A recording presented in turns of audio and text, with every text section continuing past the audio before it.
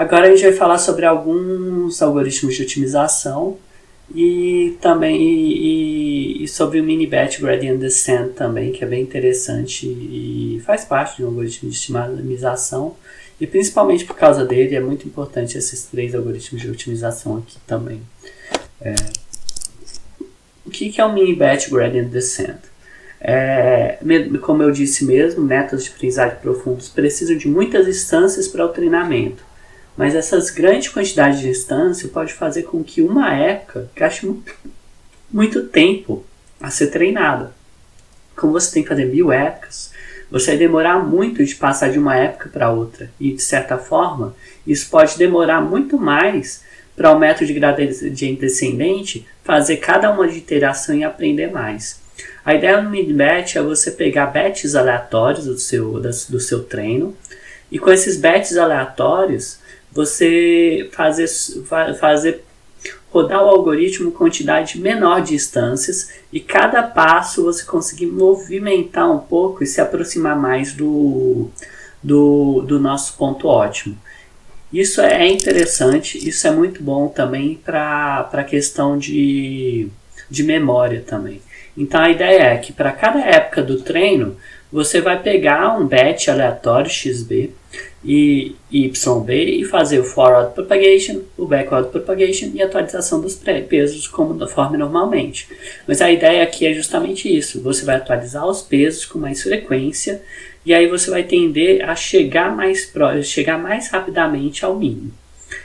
Uma coisa importante, né? Já vai ter as atualizações mais rápidas dos pesos podem levar a um aprendizado mais rápido, como eu mesmo disse, mas você adiciona um certo ruído, porque acaba que como você usa menos instâncias no treino, às vezes não foi o suficiente para você conseguir ter uma estimativa tão boa do resultado, né?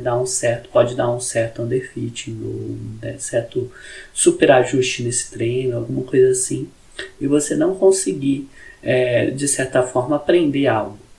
Então você tem que fazer o seguinte, você tem que, além de tudo, você tem que fazer alguns outros algoritmos para minimizar esse problema também, porque vocês vão ver que se você pensa numa curva, né, uma côncava, né, aí você vai ver que um algoritmo convencional ele vai chegar na loss mínima de uma forma mais suave. Esses aqui tendem a chegar, só que com uma grande variação. A tendência vai ser de diminuição, mas ele vai chegar, mas com uma variação maior.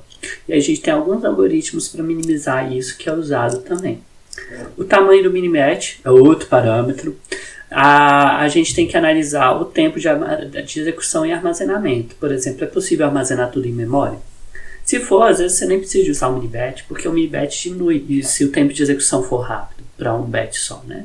Sem para toda a época. Então você não precisa de ir tão rápido. Então, às vezes, você conseguir colocar no treino todo, você já consegue um resultado melhor. Então, se você tem poucas instâncias também, você não tem muita necessidade de dividir em mini-batch. E principalmente porque ela adiciona ruído. E a nossa melhoria justamente porque a gente consegue algo com uma maior velocidade. E a ideia é justamente essa. Qual que é o tamanho do mini-batch, né? Quando que você tem que fazer? E uma coisa que eu deixei claro, mas assim, vocês vão ver se vocês fizerem uma questão de imagens. Uma imagem, assim, você não consegue às vezes colocar nem 10 mil, dependendo do teu computador, você não consegue colocar 10 mil imagens em memória.